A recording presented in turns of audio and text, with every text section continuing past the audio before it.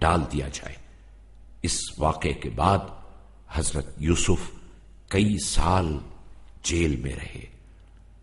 قید خانے میں حضرت یوسف کے ساتھ 2 افراد اور بھی تھے جنہیں معلوم ہو گیا تھا کہ آپ خواب کی بالکل سچی تعبیر بتا سکتے ہیں۔ بعد میں ان میں سے ایک قیدی آزاد ہو کر بادشاہ مصر کا ملازم ہو گیا۔ ایک رات مصر کے بادشاہ نے عجیب و غریب خواب دیکھا کہ 7 کمزور اور بیمار گائیں 7 صحت مند اور موٹی گائیں کھا گئی ہیں۔ اس کے علاوہ 7 ہری اور 7 سوکھی ہوئی بالیاں ہیں۔ بادشاہ یہ خواب دیکھ کر بہت پریشان ہوا اور اس نے تعبیر بتانے والوں سے تعبیر پوچھی، لیکن اسے کسی کی بات سن کر اطمینان نہیں ہوا۔ اسی دوران حضرت یوسف کے قید خانے کے ساتھی کو حضرت یوسف یاد آ گئے اور وہ بادشاہ سے اجازت لے کر اسی وقت قید خانے پہنچا۔ وہاں اس نے بادشاہ کا خواب حضرت یوسف کو سنایا اور تعبیر پوچھی۔ حضرت یوسف نے اس خواب کی تعبیر یہ بتائی کہ مصر کی سرزمین پر 7 سال تک خوب بارشیں ہوں گی اور فصلیں اچھی رہیں گی، لیکن اگلے 7 سال خشک سالی اور قحط کا سامنا ہوگا۔ اس لیے پہلے 7 سال تک فصلوں سے خوب فائدہ اٹھانا چاہیے تاکہ خشک سالی کے دوران انہیں استعمال کیا جائے۔ جب اس نے بادشاہ کو یہ تعبیر سنائی تو بادشاہ بہت خوش ہوا اور حکم دیا کہ یوسف کو فوراً یہاں لایا جائے۔ جب وہ لوگ حضرت یوسف علیہ السلام کو لینے گئے تو آپ نے بادشاہ کے آدمیوں کو واپس بھیج دیا اور بادشاہ کو کہلوا دیا کہ بہتر ہے پہلے آپ زلیخا اور درباری عورتوں سے پوچھیں کہ مجھے جیل میں کیوں ڈلوایا گیا ہے تاکہ میری بے گناہی ثابت ہو سکے۔ جب یہ پیغام بادشاہ کو ملا تو اس نے زلیخا اور دوسری درباری عورتوں کو بلا کر ان سے یوسف کو جیل میں ڈلوانے کی وجہ پوچھی تو زلیخا نے صاف صاف کہہ دیا کہ یوسف بے گناہ ہے۔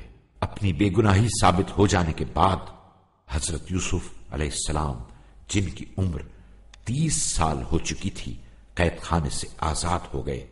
جب وہ بادشاہ کے محل میں پہنچے تو بادشاہ ان کے احترام میں کھڑا ہو گیا اور جب اس نے حضرت یوسف سے بات کی تو وہ سمجھ گیا کہ حضرت یوسف علیہ السلام بہت ایماندار، ذہین اور ہوشیار انسان ہیں۔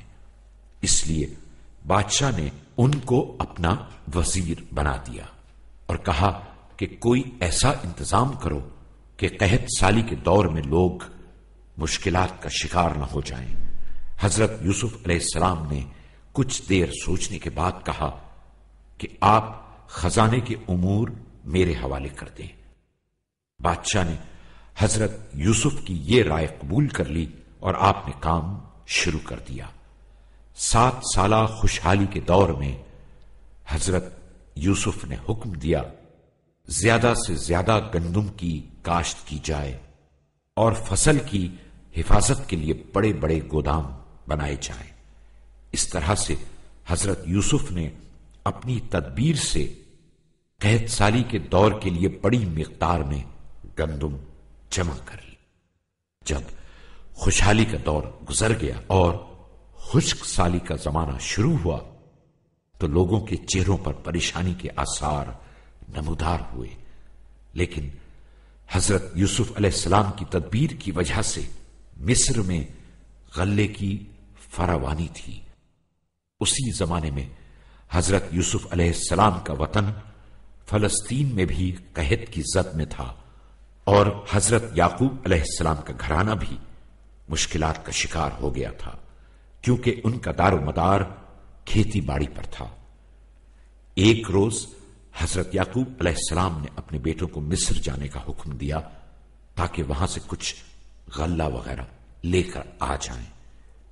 یہ سن کر حضرت یوسف کے بھائیوں نے سامان سفر باندھا اور کنعان سے مصر کی طرف روانہ ہوئے۔ جب وہ لوگ بادشاہ کے دربار کے پاس پہنچے تو نگہبانوں نے حضرت یوسف علیہ السلام کو اطلاع دی کہ ایک چھوٹا سا قافلہ فلسطین سے آیا ہے اور وہ لوگ آپ سے ملنا چاہتے ہیں۔ حضرت یوسف کی اجازت سے جب وہ لوگ آپ کے سامنے آئے تو حضرت یوسف نے انہیں فوراً پہچان لیا، لیکن وہ لوگ حضرت یوسف کو نہیں پہچان سکے۔ حضرت یوسف علیہ السلام نے بھی اپنے آپ کو ظاہر نہیں کیا، لیکن حکم دیا کہ ان کی خاطر تواضع کی جائے اور ان کے حصے کا غلہ ان کو دے دیا جائے۔ حضرت یوسف علیہ السلام نے ان لوگوں سے ان کے بارے میں پوچھا تو بھائیوں نے بتایا کہ ہم جناب یعقوب کے بیٹے ہیں اور شہر کنعان میں رہتے ہیں۔ ہمارے والد یعقوب اللہ کے نبی ہیں اور بڑھاپے کی وجہ سے انہوں نے ہمارے چھوٹے بھائی کو اپنے پاس روک لیا ہے، لہذا ان دونوں کے حصے کا غلہ بھی ہمیں دے دیا جائے۔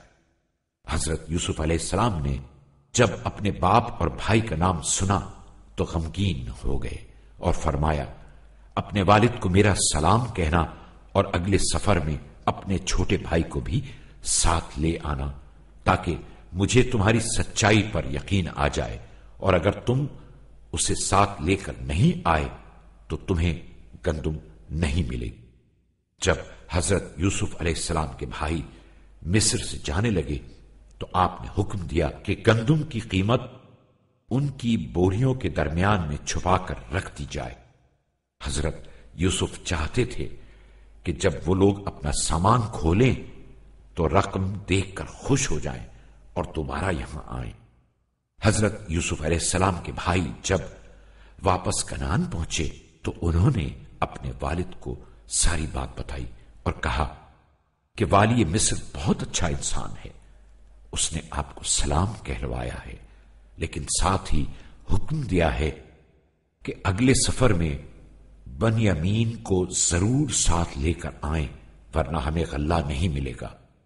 حضرت یعقوب نے بنیامین کو لے جانے کی اجازت دینے سے صاف انکار کر دیا اور فرمایا کہ میں تم لوگوں پر کس طرح اطمینان کر سکتا ہوں؟ کیا تم یہ چاہتے ہو کہ میں اسے بھی تمہارے حوالے کر دوں تاکہ تم اس کے ساتھ بھی ویسا ہی سلوک کرو جیسا یوسف علیہ السلام کے ساتھ کیا تھا؟ بھائی وہاں سے اٹھ کر چلے گئے اور اونٹوں پر سے اپنا سامان کھولنے لگے۔ اچانک انہوں نے دیکھا کہ سامان کے درمیان میں ان کی وہ رقم بھی موجود ہے جو انہوں نے گندم خریدنے کے لیے عزیز مصر کو دی تھی۔ وہ خوشی خوشی دوبارہ حضرت یعقوب علیہ السلام کے پاس پہنچے اور رقم دکھا کر کہنے لگے کہ عزیز مصر اتنا اچھا آدمی ہے کہ اس نے ہماری رقم بھی سامان میں چھپا کر ہمیں واپس کر دی ہے۔ ہم آپ سے وعدہ کرتے ہیں کہ بنیامین کا دل و جان سے خیال رکھیں گے اور اس کی حفاظت میں کوتاہی نہیں کریں گے۔ چنانچہ ایک بار پھر گندم لینے کے لیے حضرت یعقوب علیہ السلام کے بیٹے مصر جانے کی تیاری کرنے لگے تو انہوں نے حضرت یعقوب علیہ السلام کو یقین دلایا کہ وہ بنیامین کی خوب حفاظت کریں گے۔ چنانچہ وہ بنیامین کو لے کر مصر روانہ ہوئے۔ جب وہ عزیز مصر کے محل تک پہنچے تو جناب یوسف علیہ السلام نے ان کا استقبال کیا اور اپنے سگے بھائی بنیامین کو دیکھ کر بہت خوش ہوئے۔ جناب یوسف نے ان کی خوب خاطر تواضع کی، انواع و اقسام کے کھانوں کا دسترخوان لگایا اور حکم دیا کہ دو دو بھائی مل کر بیٹھیں۔ جب تمام بھائی دو دو کر کے بیٹھ گئے تو بنیامین تنہا رہ گئے اور ایک کونے میں کھڑے ہو کر رونے لگے۔ حضرت یوسف علیہ السلام نے رونے کی وجہ پوچھی تو بنیامین نے جواب دیا، اگر آج میرا بھائی یوسف زندہ ہوتا تو میں اس کے پاس بیٹھ جاتا۔ حضرت یوسف علیہ السلام یہ سن کر بہت افسردہ ہو گئے، لیکن کچھ بولے نہیں، بلکہ بنیامین کو اپنے ساتھ بٹھا لیا۔ کھانا کھانے کے بعد حضرت یوسف علیہ السلام نے حکم دیا